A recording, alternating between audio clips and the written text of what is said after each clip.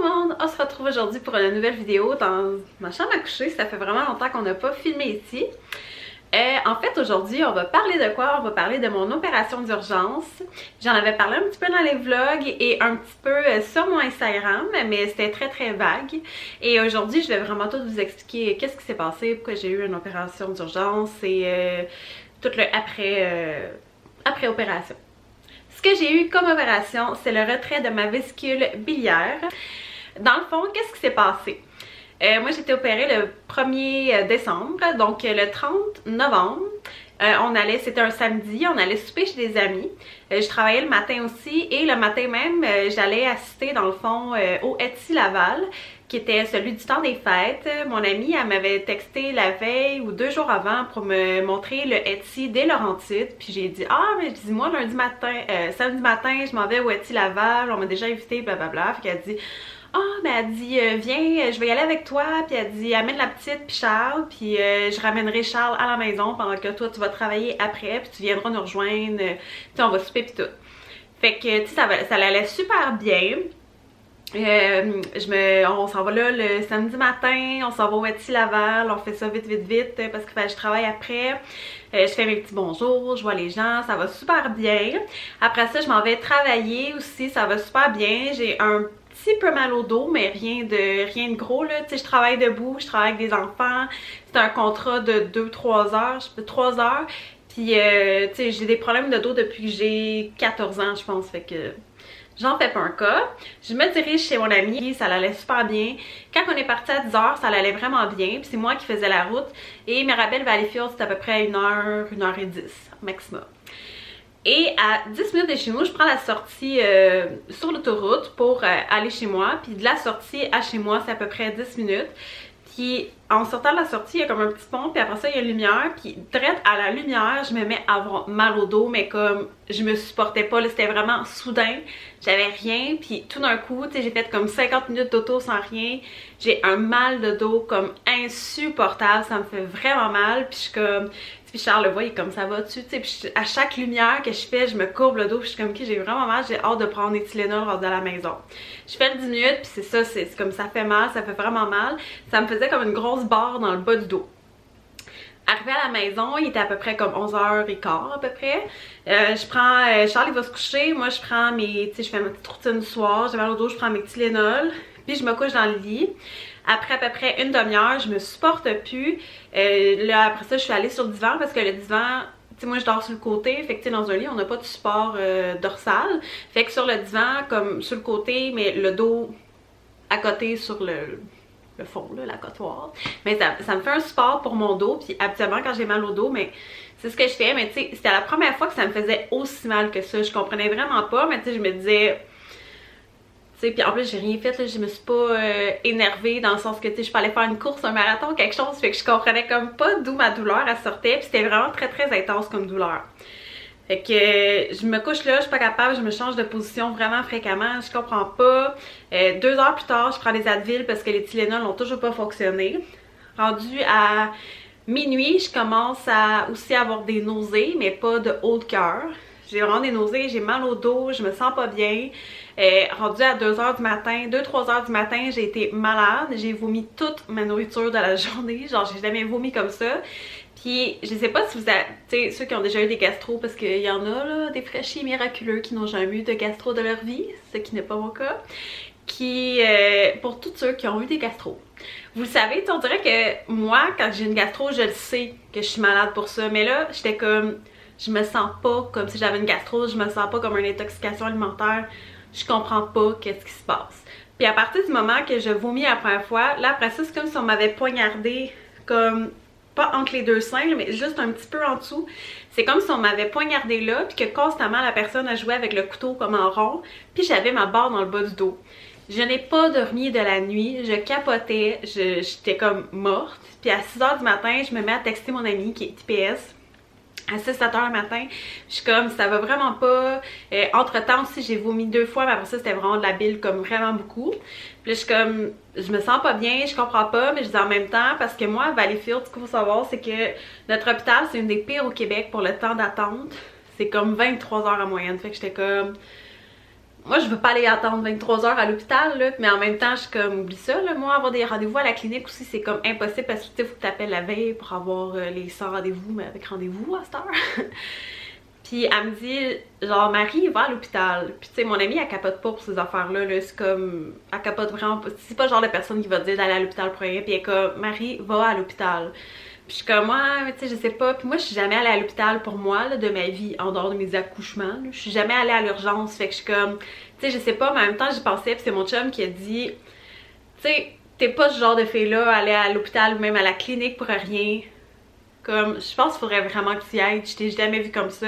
J'étais pas capable, j'étais comme recroquevillée sur mon divan, là, puis je bougeais pas. Tout ce que je voulais, c'était dormir. J'étais fatiguée, j'étais faible, je me sentais pas bien. J'avais encore le poignard ici, qui c'est comme si quelqu'un, genre, tournait le couteau, ma barre dans le dos. Je me pouvais plus, je me pouvais vraiment plus. Puis, fait que là, mon chum, il a appelé ma mère, puis il a dit là, ta fille, elle va pas, faudrait qu'elle aille à l'hôpital. Fait que, tu sais, tu peux-tu venir la chercher vu qu'il était avec la petite, parce que sinon, tu sais, lui, il serait juste allé me porter à l'hôpital, puis il serait reparti. J'arrivais à l'hôpital et par miracle, il y avait genre 3 personnes dans la salle d'attente. C'était comme... ça m'attendait là. Puis une chance qu'il n'y avait pas beaucoup de monde parce que la première infirmière qui m'a passé au triage, elle m'a mis P5. Quand elle m'a mis P5, j'étais comme tu me niaises-tu là? Genre moi j'ai l'impression que je vais mourir là. J'ai dit à la fille, j'ai eu 2 accouchements naturels sans épidural, sans drogue, rien. Puis j'ai jamais eu aussi mal. Ça me faisait plus mal que mes 2 accouchements. Je capotais bien raide. Puis j'avais encore, tu sais, tout le poignard en avant, la barre dans le dos. Puis genre, je dis ça à mon ami est comme... Ok, c'est pas normal, là. À la douleur que tu décris, tu devrais pas être P5, elle dit P2, genre le minimum, là. Elle dit, je comprends pas. Puis à un moment donné, après 15 minutes, je me pouvais plus, je me pouvais vraiment plus. Puis je disais à ma mère, il faut vraiment que je m'étende parce que je sais pas ce que je vais faire. Fait que je vais voir l'infirmier au triage, s'il avait comme changé entre temps. Puis que j'ai dit mon nom, puis j'ai dit écoute, j'ai dit moi genre je vais tomber à terre là, si tu me donnes pas quelque chose là. Fait que il regarde mon dossier, puis genre il me demande la douleur, puis il me fait un clin d'œil, puis il dit genre fais-moi confiance, t'auras pas le temps de te coucher là. Genre fais-moi confiance, ça va y aller. Puis genre 5 minutes après ils m'ont appelé. La médecin, genre, elle regarde mes symptômes, puis elle me touche un petit peu sur le côté droit, puis elle est comme, ok, toi tu t'en vas tout de suite dans un lit à l'urgence, puis on t'en va passer une échographie. Je suis comme, ok. Puis là, elle me dit, c'est ça, là, arrivé à l'urgence, il te passe pas nécessairement tout de suite. Puis, il check tout, puis l'infirmière, elle me dit, c'est quoi ta cote sur 10 de douleur? Puis je suis comme, écoute, je sais pas si je suis toute seule, mais quand on me demande genre de 1 à 10 c'est quoi ta douleur, j'en ai aucune idée comment coter ma douleur. J'ai dit je peux pas te coter ma douleur, mais je peux te dire que ça fait plus mal que mes 2 accouchements naturels. Fait qu'elle dit ok, elle dit je pense que je vais aller chercher un peu de morphine. Fait qu'elle m'a donné de la morphine, puis à partir de ce moment là j'ai dormi. Fait que ma mère elle a gardé mon chum puis Catherine au courant, qui est mon amie IPS.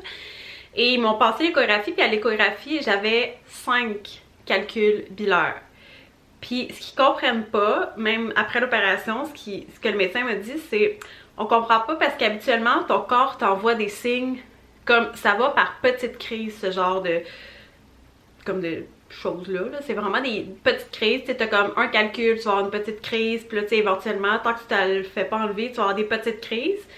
Mais tu sais là j'étais rendue à 5 calculs, puis mon corps m'avait jamais envoyé de signaux, rien.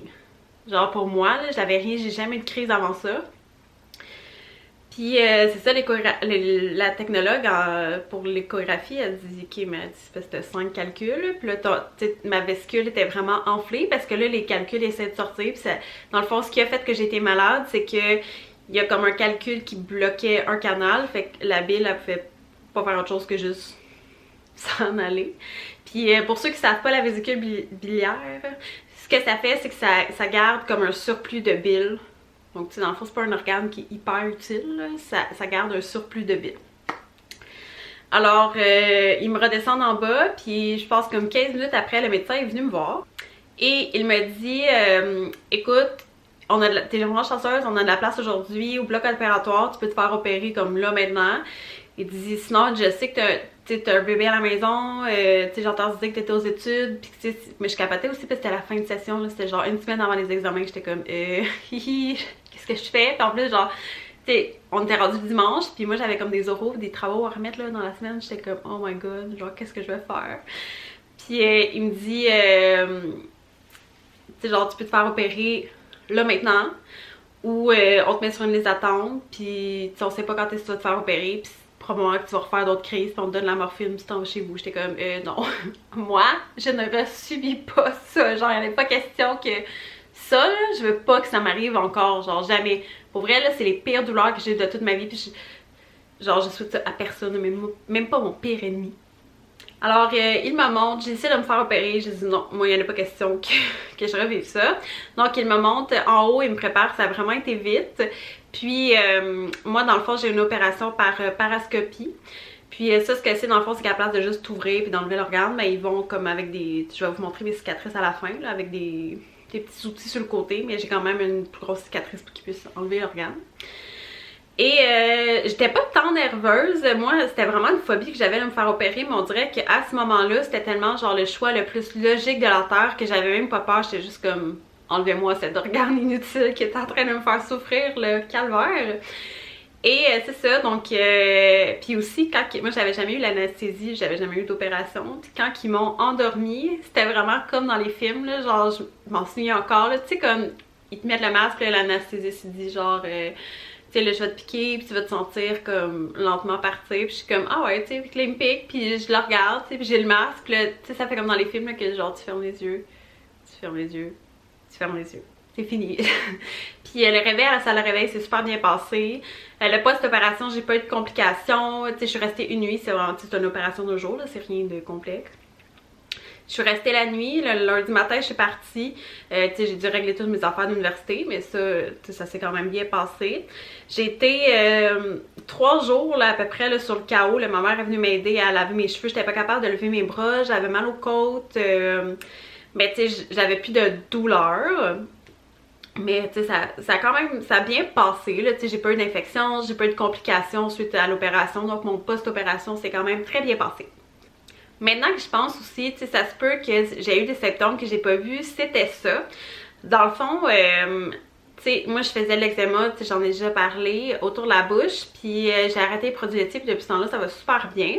Mais j'avais recommencé comme depuis à peu près 6-7 semaines avant l'opération, j'avais comme les lèvres toutes gercées, puis je comprenais pas pourquoi, parce que j'avais pas triché, puis comme vraiment pour vrai je comprenais pas, puis j'avais recommencé à avoir plein de boutons là ici là, comme genre tout le front là, tu sais, des boutons en dessous de la peau, j'avais plein de symptômes comme ça que je comprenais pas, puis tout de suite après l'opération là, ma peau est devenue tellement belle, ça a pris genre même pas 2 jours là, que mes lèvres sont redevenues genre full belles, j'avais plus de boutons, j'étais comme oh my god, c'était-tu vraiment ça qui me causait tout ça? Mais dans le fond, comme ils comprenaient pas non plus qu'est-ce qui a causé, tu sais, ben ils comprenaient pas pourquoi j'avais pas eu de symptômes avant, de signes, c'était vraiment bizarre. Puis après l'opération, si le médecin m'a dit que c'était... J'ai vraiment été chanceuse de me la faire enlever au moment que je me la faisais enlever, parce qu'en plus ma vésicule est en train de pourrir, littéralement. Puis tranquillement, c'était en train d'intoxiquer le reste de mon corps, fait que peut-être que c'est ça qui me donnait les boutons, l'eczéma et tout, tu sais, dernièrement, là, les dernières semaines avant ça. Parce que c'est ça, fait que ma vésicule est en train de pourrir, en plus que j'avais comme 5 calculs biliaires dans ma vésicule biliaire. Fait que, merci corps! Ils ne peuvent pas être certains de ça, mais selon leur théorie, ce qui serait quand même logique, c'est qu'à mes 2 grossesses, j'ai fait du cholestase. Et le cholestase, c'est quoi? C'est des problèmes de foie, et le foie est relié à la vésicule. Donc, tu sais, ça se peut que tout ça soit interrelié, puis que c'est à cause de ça peut-être que j'ai fait du cholestase, ou c'est à cause du cholestase que j'ai eu des calculs. On le sait pas, mais tu sais, ils pensent pas mal que c'était lié toutes ces choses fabuleuses autour de mon foie et ma vésicule. Donc, si jamais vous avez des questions, vous pouvez me les poser en commentaire, ça va me faire plaisir d'y répondre. C'est probablement à gauche puis à droite, on dirait que j'avais plein de choses à dire, puis que j'ai peut-être oublié des détails, puis j'ai comme dit des affaires pêle-mêle un peu. Mais c'est ça, vous pouvez me les poser, ça va me faire plaisir de répondre à vos questions du mieux que je peux. C'est sûr que je suis pas médecin, là. Sinon, j'enverrai des messages à mon ami PS s'il y a des questions trop médicales que je ne saurais répondre pour vous. N'oubliez pas de laisser un petit like, un petit thumbs up, de vous abonner si jamais vous n'êtes pas abonné. Habituellement, je fais plus des vidéos familiales, mais là, c'est ce qui se passe dans ma vie aussi. J'essaie aussi un petit peu d'intégrer les vidéos plus lifestyle. Et là, on va aller voir mes cicatrices. En passant, ce joli kimono vient de la collection Entre nous du Cahier. Donc ça, c'est dans le fond les 2 petites cicatrices ici.